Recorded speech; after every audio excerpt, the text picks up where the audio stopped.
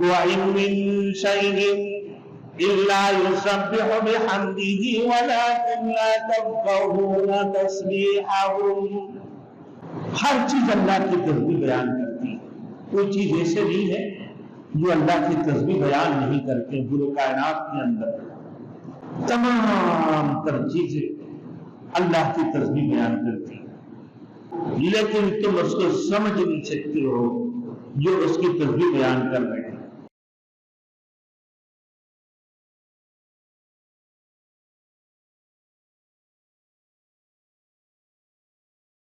Thanks for watching. Don't forget to like, comment, share and subscribe to Maulana Habibullah Ruhani Official.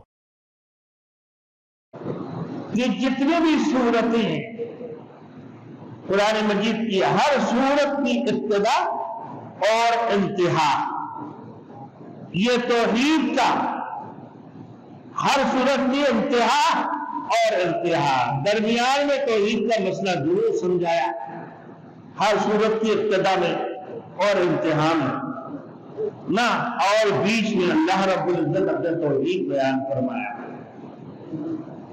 آج کی جو سورہ میرے دوستوں شروع ہوتے ہیں یسبح للہ ما فی السماوات وما فی الارض ملک القدوس العزیز الحکیم۔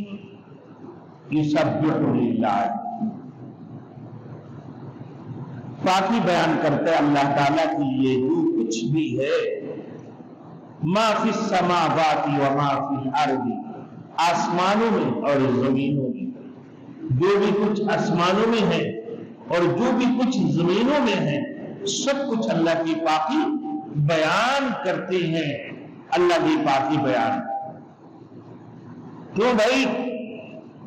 فرمایا اللہ تعالیٰ کے لیے جو کچھ بھی آسمان میں اور جو کچھ زمین میں ہے، زمینی مخلوق میں شجر ہو، حجر ہو، پہاڑ ہو، دریا ہو، سمندر ہو، نباتات ہو، چرند ہو، پرند ہو، جتنی بھی چیزیں ہیں، سمندر کی مچھلیاں ہو، تمام تر چیزیں اللہ کی پاکی بیان کرتے ہیں میرے دوستو۔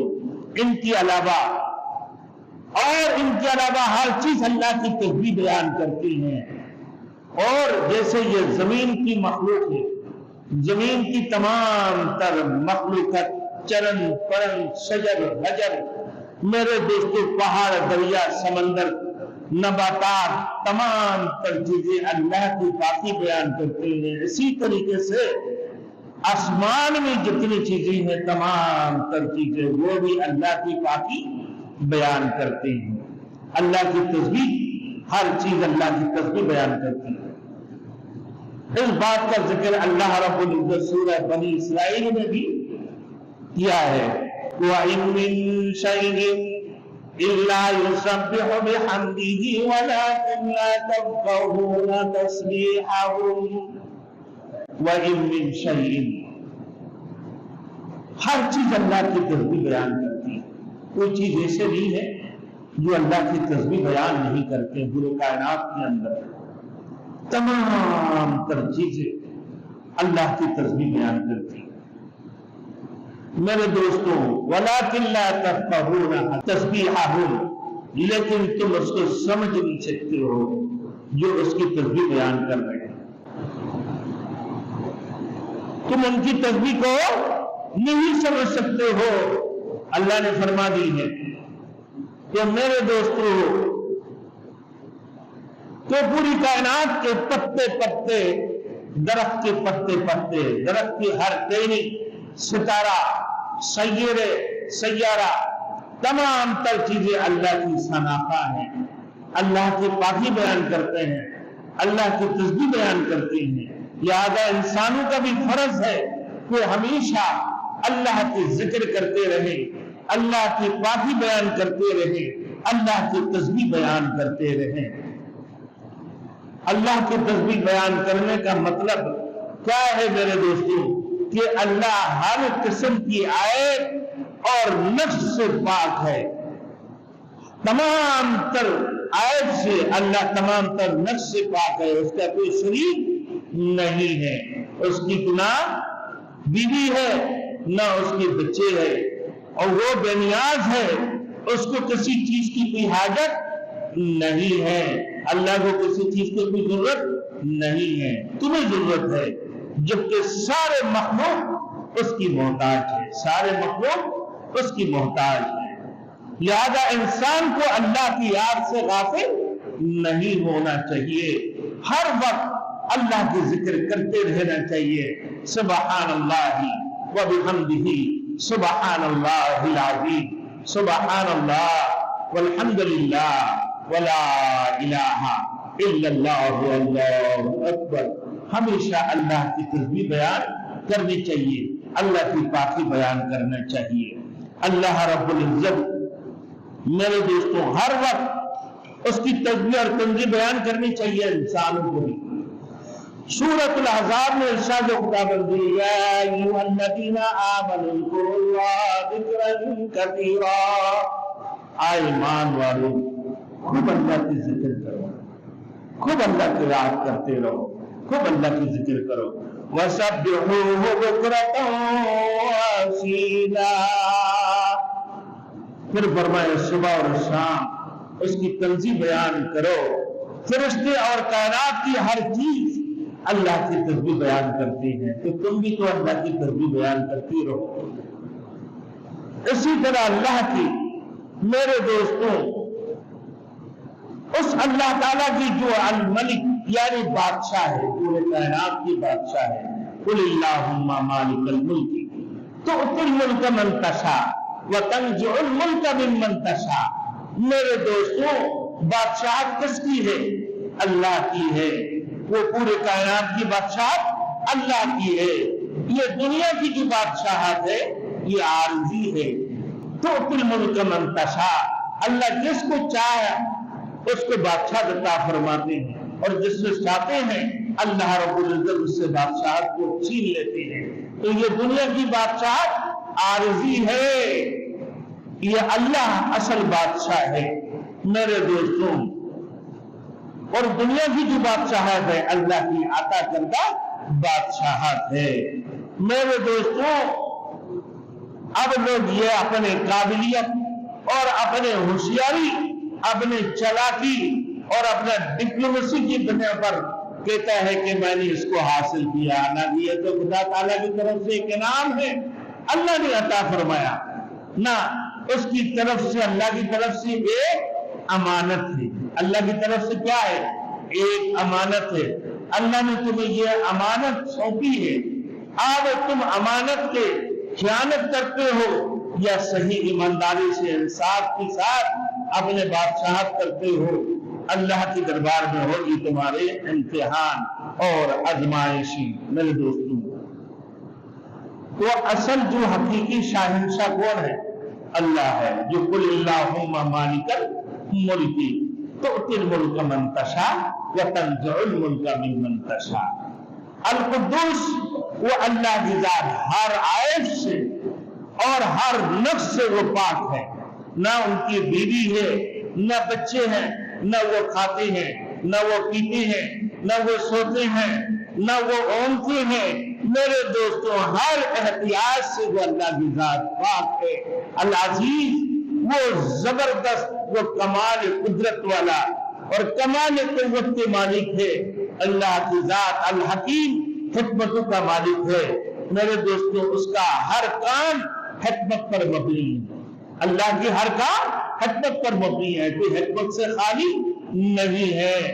مفسرین کرام بیان کرتے ہیں کہ تعریف کی مقام پر ان الفاظ کو اکٹھا بھی بیان کیا جاتا ہے، جیسے یسبح للہ ما فی السماوات وما فی الارض ملک القدوس العزیز الحکیم۔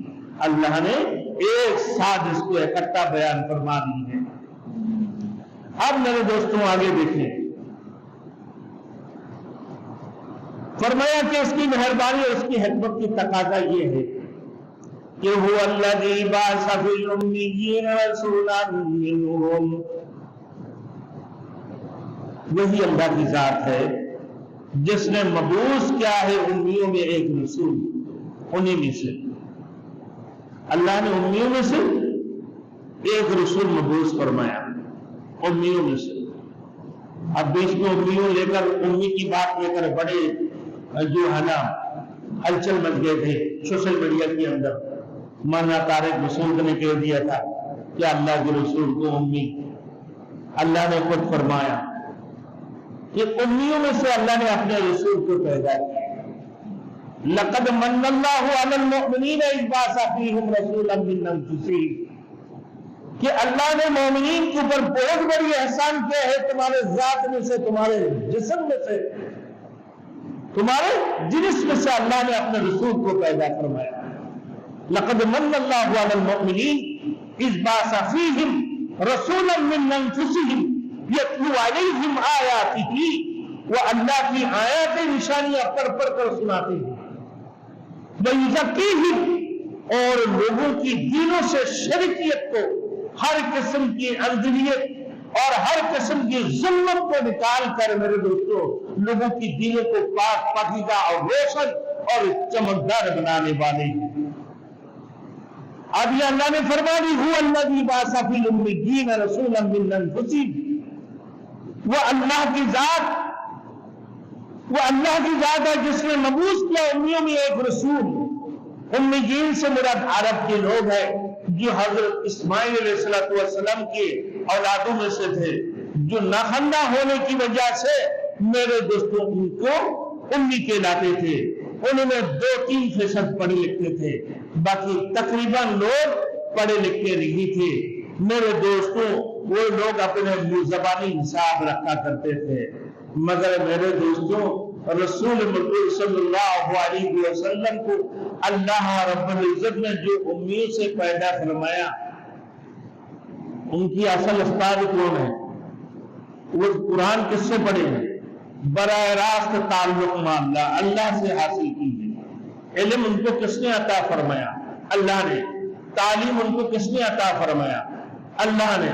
وہ کس سے علم حاصل کی؟ اللہ سے ہے. دنیا کے اعتبار سے تو ان کو اللہ رب العزت نے فرمایا یہ امی ہے. میرے دوستوں یہ امی ہے، جو میرے دوستوں امیوں میں سے اللہ رب العزت نے اللہ کے رسول کو پیدا فرمایا. مگر اللہ رب العزت نے براہ راست میرے دوستوں ان کی سینوں کو علم سے بھر دی ہے کہ پورے کائنات کو علم کو ایک پلہ میں رکھی جائے، اور رسول مبعوث صلی اللہ علیہ وسلم کی علم کے ایک پلے میں رکھی جائے. میرے دوستوں اللہ کے علوم کے، اللہ کے رسول کے علوم کے پلے بھاری ہو جائیں گے. تو کوئی بھی علوم رسول مبعوث صلی اللہ علیہ وسلم کی مقابلہ میں نہیں ہے. میرے دوستوں فرمایا یہی لوگ حضرت اسماعیل علیہ السلام کی اولادوں میں سے، یہ لوگ ایران، خراساں اور دیگر دور دراز علاقوں کی طرف پھیل گئے تھے. یہ اللہ کی حکمت تھی کہ اس نے اپنے آخری نبی انہیں میں سے بھیجا. اللہ رب العزت کی بہت بڑی حکمت ہے نا. حالانکہ ارد گرد کی ممالک ایران تھا، روم تھا، مصر تھے، ملک شام تھا. ان میں سے تو کسی اللہ رب العزت نے نبی دنیا کے اندر مبعوث نہیں فرمایا نا. اسماعیل علیہ السلام کے اولادوں میں سے جہاں صرف 3% لوگ پڑھے لکھے تھے نا، مگر باقی میرے دوستوں 97% لوگ کیا تھے میرے دوستوں؟ وہاں پڑھے لکھے لوگ نہیں تھے، امی تھے. اللہ رب العزت نے اپنے رسول مبعوث صلی اللہ علیہ وسلم کو حضرت اسماعیل علیہ السلام کی اولاد میں سے، پھر وہ عرب میں سے میرے دوستوں چنے ہیں، اور پھر اللہ رب العزت نے خود رسول مبعوث صلی اللہ علیہ وسلم کی تربیت فرمائی. پھر براہ راست تعلق معاملہ اللہ سے تعلق جڑے. میرے دوستوں ان کی سینے کو علوم سے میرے